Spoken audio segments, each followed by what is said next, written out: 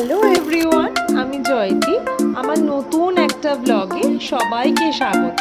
পুরীতে এটা আমাদের তৃতীয় দিন।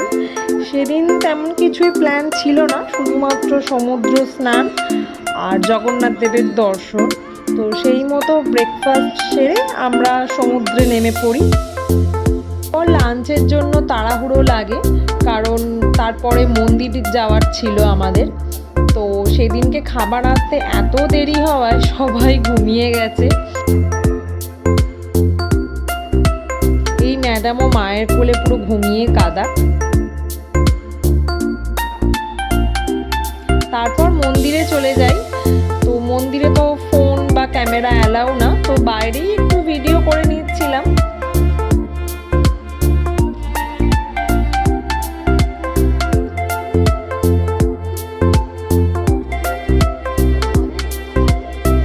এখানে মন্দিরে ধ্বজা তোলা হচ্ছে।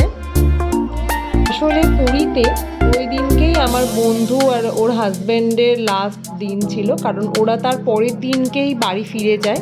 সেই মতোই ওদের আগে থেকে টিকিট কাটা ছিল।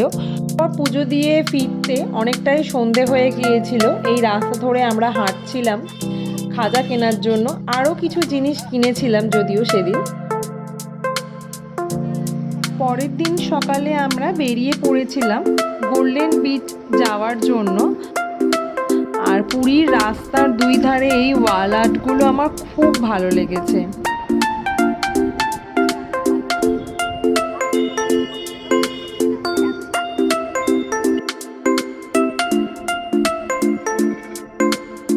আর গোল্ডেন বিচ এসেও গেলাম। এখানে টিকিট কেটে আমরা ঢুকে পড়লাম। কিন্তু সেদিনকে মনটা একটু খারাপ ছিল, কারণ আমরা 8 জন মিলে এসছিলাম একসাথে হই হই করতে করতে। সেখান থেকে 2 জন ওরা নিজেদের কাজের জন্যই ফিরে গেছিল, ওদের সেই মতোই টিকিট কাটা ছিল। ওদের 2 জনকে খুব মিস করছিলাম, বিশেষ করে আমাদের গুঁড়িটাকে তো খুবই মিস করছিলাম আমরা। তারপর এখানে একটু পা ভিজিয়ে নিচ্ছিলাম। আর এই যে এই খ্যাপা কি যে করতে চাইছে কে জানে।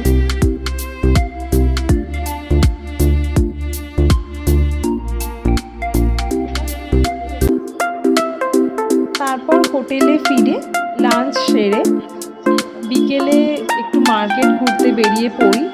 তো কিছু শপিংও করে নিয়েছিলাম।